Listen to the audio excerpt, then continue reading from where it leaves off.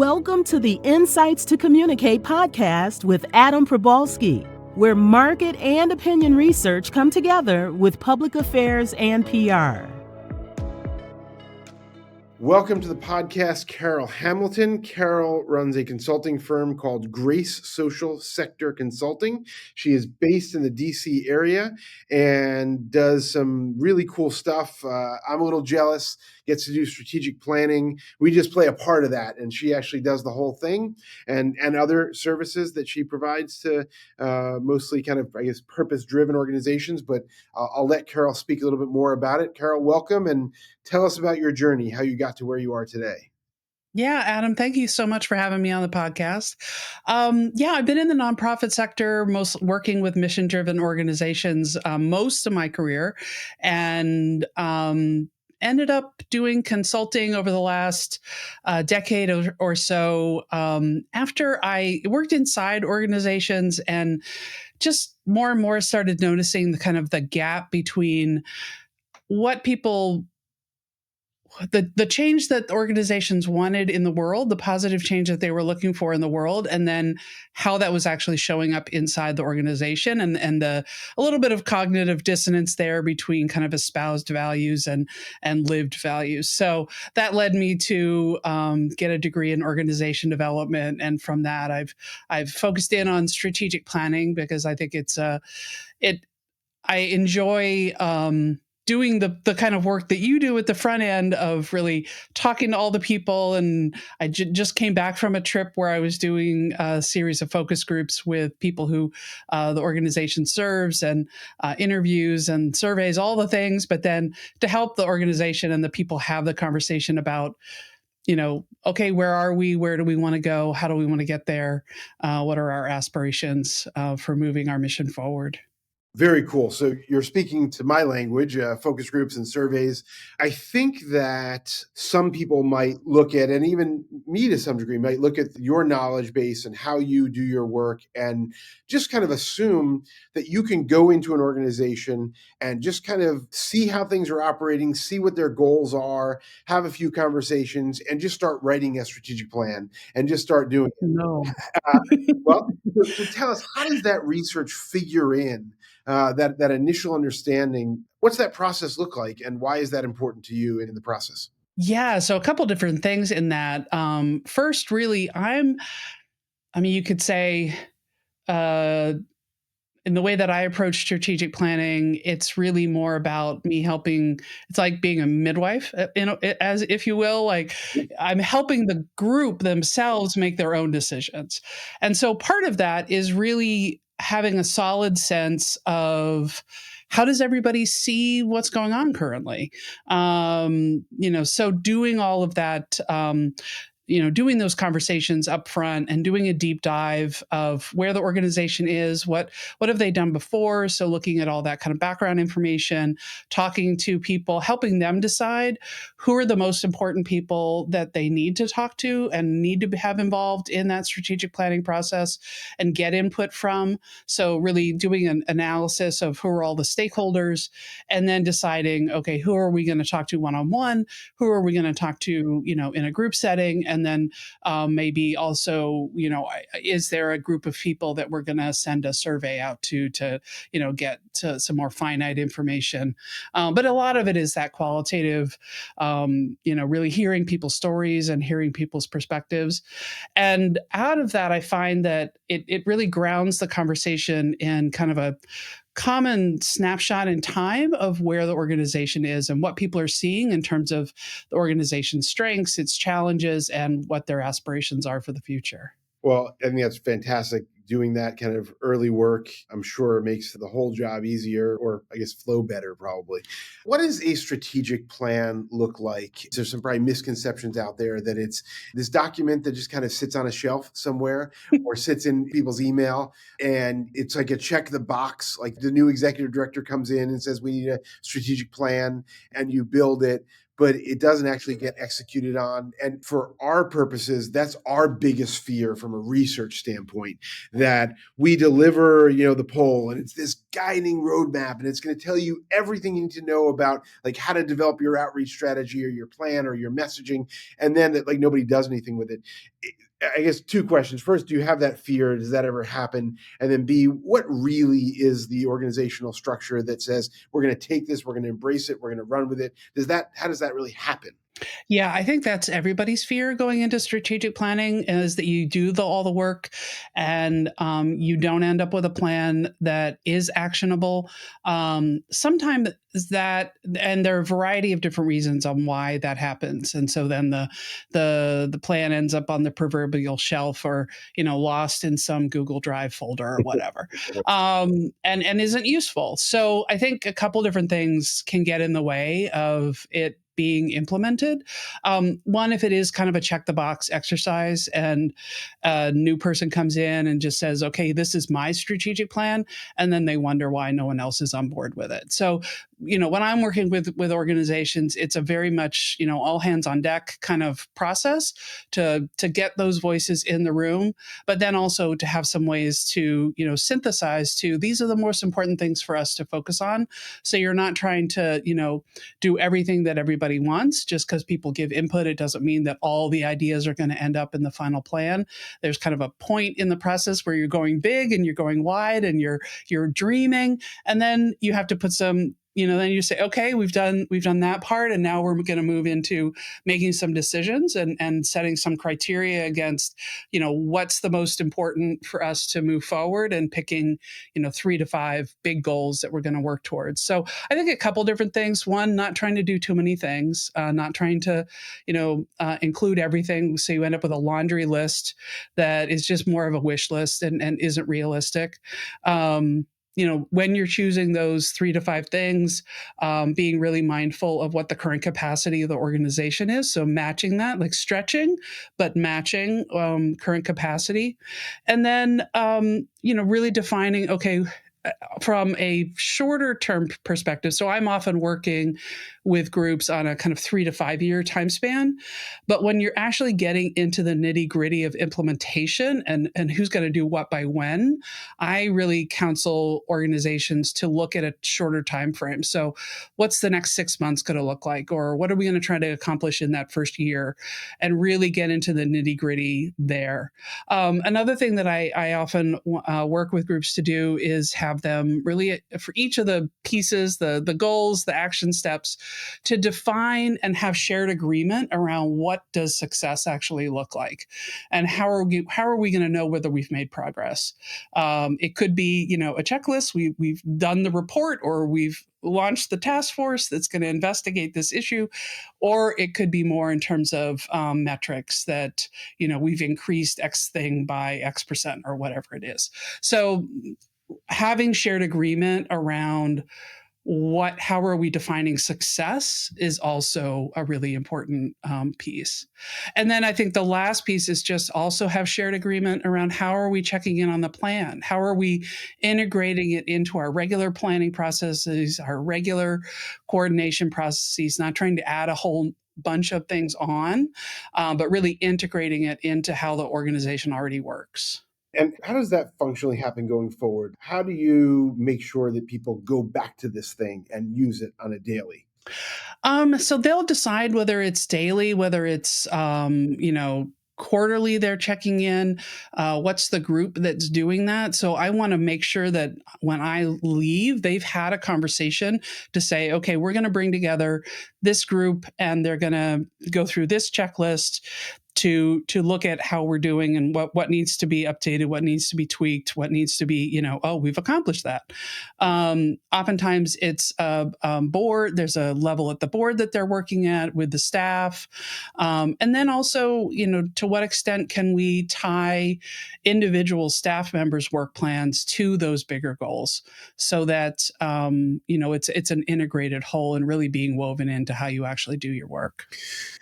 So that's great because the shelf is scary. Right.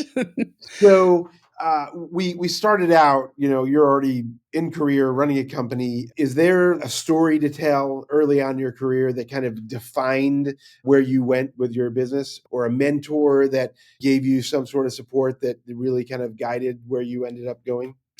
Yeah, as earlier on, I was working inside organizations. I started out actually doing more, marketing and communications and editing for nonprofits, and then found, kind of, as I said, kind of kept bumping up against this gap between what the organization said they wanted to do, how they wanted to be in the world, and how they were actually treating each other internally. And so that led me to reading a lot of books. And so I discovered the field of organization development. And there was a particular person when I moved to an organization where we were doing more leadership development and training. And, she was leading groups through these kinds of conversations that I now lead people through. And, just seeing her work, seeing her kind of how she worked with the group, how she, brought all the voices in, I was like, ooh, I want to do that. And so talking to her and kind of following her footsteps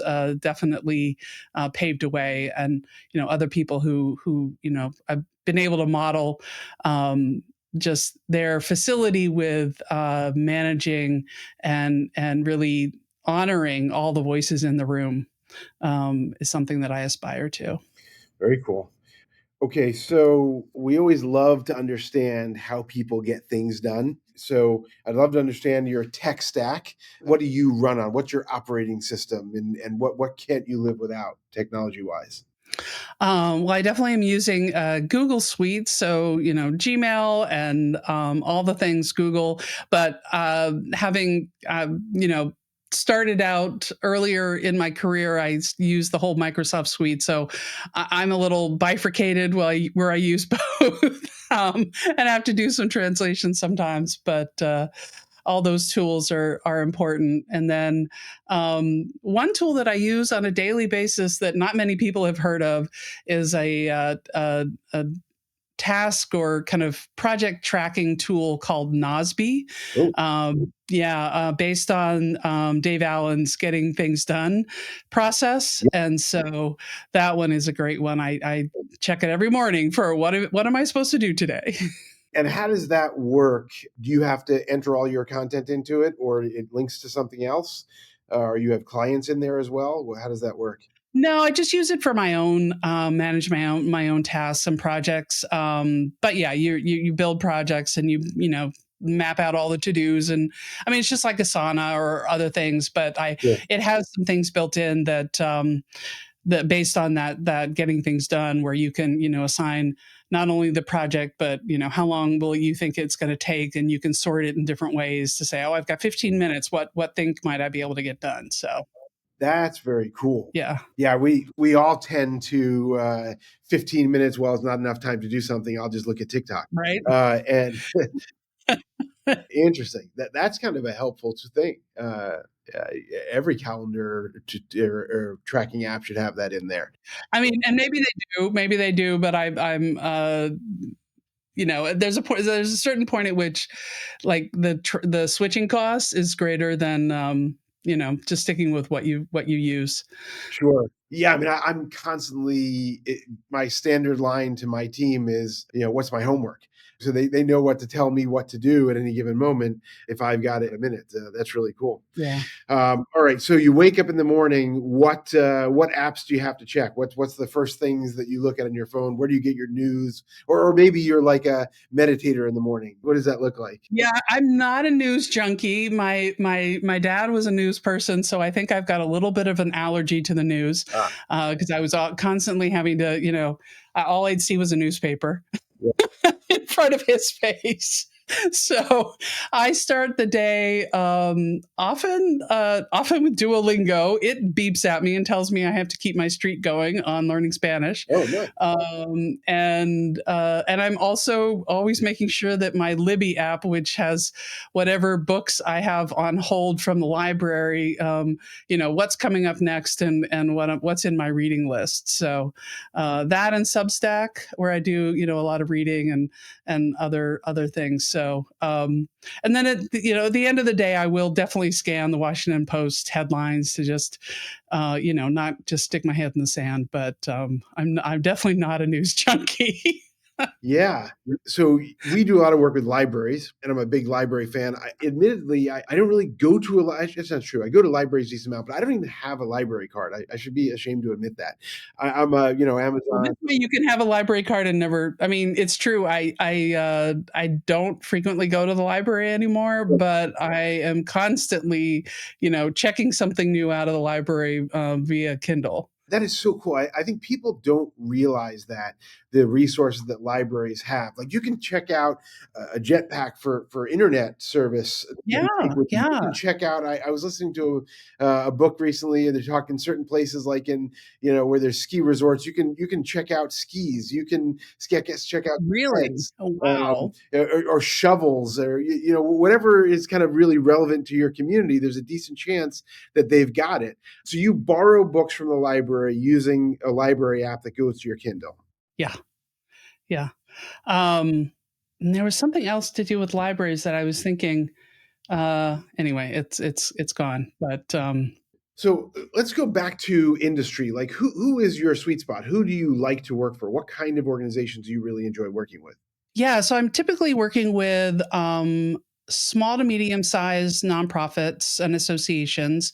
So anywhere from $3 to $10 million budget, and often with human centered or education focused missions, often in the higher education space. So all that, the whole ecosystem that serves higher education, all the organizations that related to that is often where I'm working. Fantastic. So can you share either examples of organization or of projects, kind of like the specific realm that you're working with right now?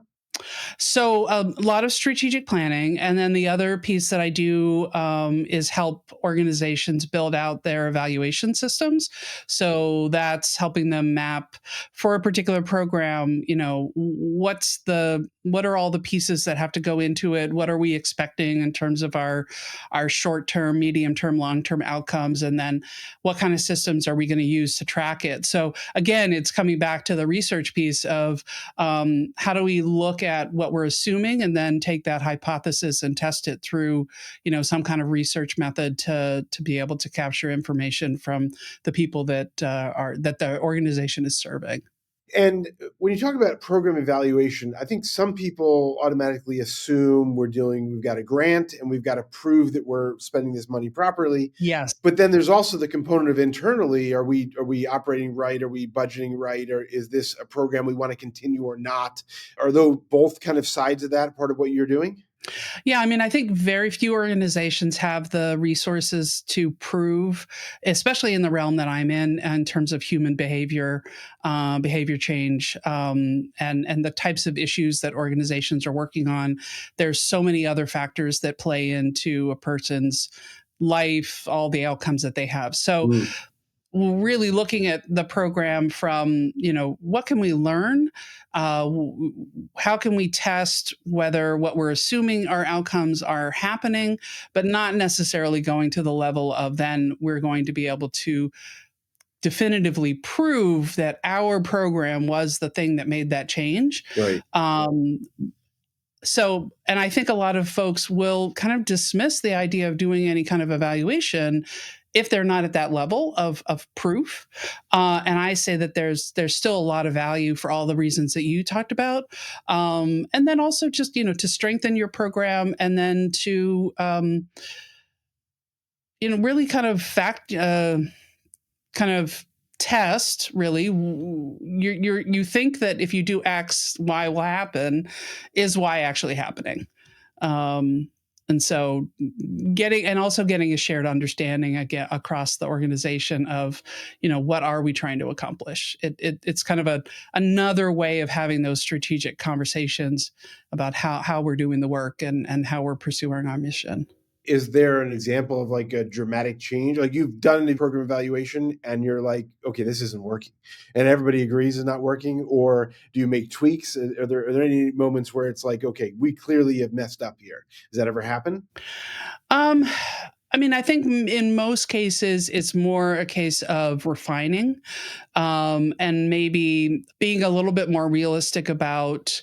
So, for example, a lot of times, this is not in the realm that I'm necessarily working in, but in environmental organizations, they're often doing environmental education, and sometimes they'll say that one of the outcomes of that is going to be people advocating for the environment, but they haven't done anything to provide kind of stepping stones for people to move from the experience of kayaking out of the river or being involved in a trash pickup to then writing to their representative about XYZ issue. And so if you then evaluate that, what are all the additional steps that you need to put in place to help people actually move to the final end that you're hoping for rather than just hoping for it?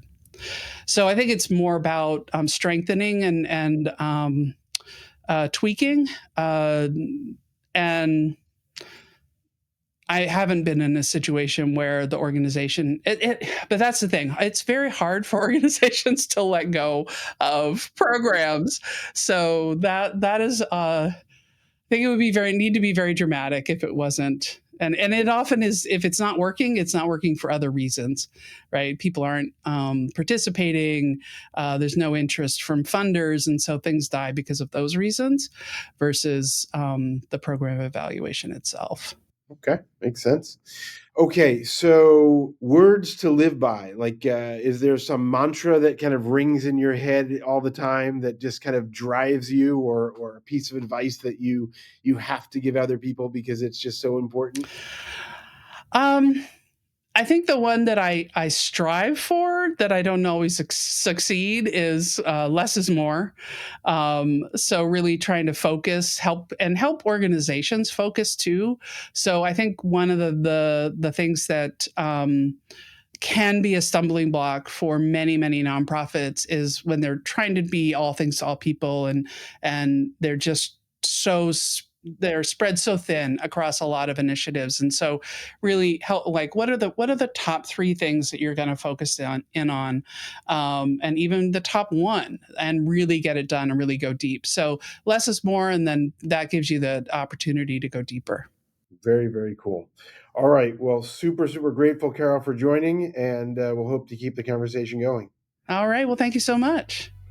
This has been Insights to Communicate with Adam Probalski, president of the woman and Latina-owned market and opinion research firm, Probalski Research.